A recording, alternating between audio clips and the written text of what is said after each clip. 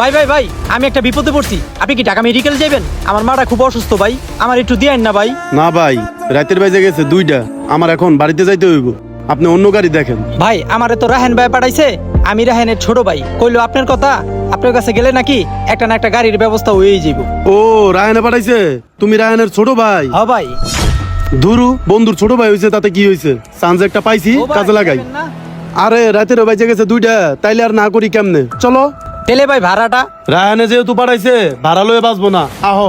না ভাই, ভাড়াটা মিটাই নেওয়া হয় ভালো। আরে মিয়া, রায়হান আমার বন্ধু, তুমি তার ছোট ভাই, তোমার থেকে কি ভাড়া বেশি নিমু? সবার থেকে 7,000 8,000 টাকা নেই, তুমি 5,000 দিও। কি কোন ভাই, 5,000? হ ভাই। এই নারায়ণগঞ্জ থেকে ঢাকা মেডিকেল 5,000 টাকা ভাড়া? ভাই, রায়হানে পাঠাইছিল দেখে যাইতে চাইছিলাম, গেলে যাও, না হলে অন্য জায়গায় ব্যবস্থা করে নাও গা। ভাই আজকে আমি বিপদে পড়ছি দেখা 2,000 টাকার ভাড়া 5,000 টাকা চাইলেন। আচ্ছা ঠিক আছে, তাহলে আমি অন্য গাড়ি দেখি।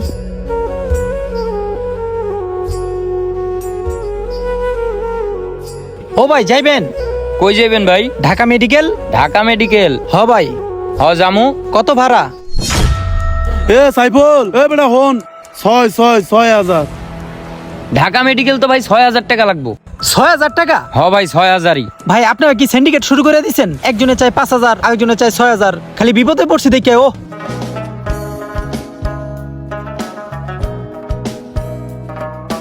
এ ভাই, ঢাকা মেডিকেল যাইবেন?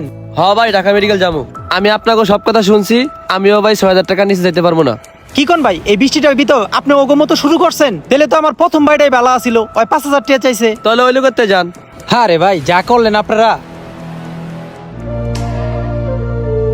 ভাই ভাই, 5,000 টাকায় দিমুনে, আমারে দিয়েন। ভাই বৃষ্টি নেমে গেছে, যামু না। ভাই কি করবেন, আমিও তো বিপদে আছি, দিয়েন না ভাই। আহারে, আচ্ছা গাড়িত বন, আমি আইতাছি। আচ্ছা ভাই। এই বেড়া, ওর যে কাস্টমারটা দিয়া দিলাম, আমাকে কমিশন দিব না? যাক, ভালো হইছে, একমাত্র তোর কারণেই 5,000 টাকায় রাজি করাইতে পারছি। আরে বেড়া, 5,000 টাকায় রাজি না হইয়া কই যাইবো? আমরা তো আর কম খাটলাম না, তো আমাকে কমিশনটা দিয়া যা। আরে রাখ, এত পাগল হইছিস কে? আগে যাত্রীটা নামাই দিয়াহি, তারপর দিমুনে। আর মেয়েরা আহেন, আপনি এর আগের বার অনেক নাটক করছেন, এবার আমগো বুঝাই দিয়া তারপর আপনি যান। আরে এখন তো আমার কাছে টাকা নাই, যাত্রীটা নামাই দেই, তারপরে টাকা নিয়া তখন বুঝাই দিমুনে। হ, এই বৃষ্টির ভিতরে কটা টাকার লাগা তোর লাগে এনে ঘন্টার পর ঘন্টা দাঁড়ায় থাকি। আরে ভাই একটু বোঝার চেষ্টা কর, আমার কাছে তো টাকা নাই, থাকলে তো দিয়াই দিতাম। ভাই আমার কাছে টাকা আছে। ভাই আমার বহুত পরিচিত গাড়ি আছে, কিন্তু আমার ভাই আপনারে বিশ্বাস কইরা আমারে আপনার কাছে পাঠাইছে, আর আপনি এই সুযোগটা কাজে লাগাইলেন। আজকে যদি আমার মা অসুস্থ না হয়ে আপনার মা অসুস্থ হইতো, আর আপনার জায়গায় আমি ড্রাইভার থাকতাম, তাহলে কি আপনি এই কাজটা করতে পারতেন? ভাই, মানুষের সাথে কখনো দুর্বলতার সুযোগ নিবেন না। কোনো না কোনো দিন আপনিও একদিন বিপদে পড়তে পারেন, তখন দেখবেন কি ওই মানুষটাও আপনার সাথে দুর্বলতার সুযোগই নিবে। ভাই আমি খুবই লজ্জিত, আপনি আসেন, আপনারে দিয়ে আসি।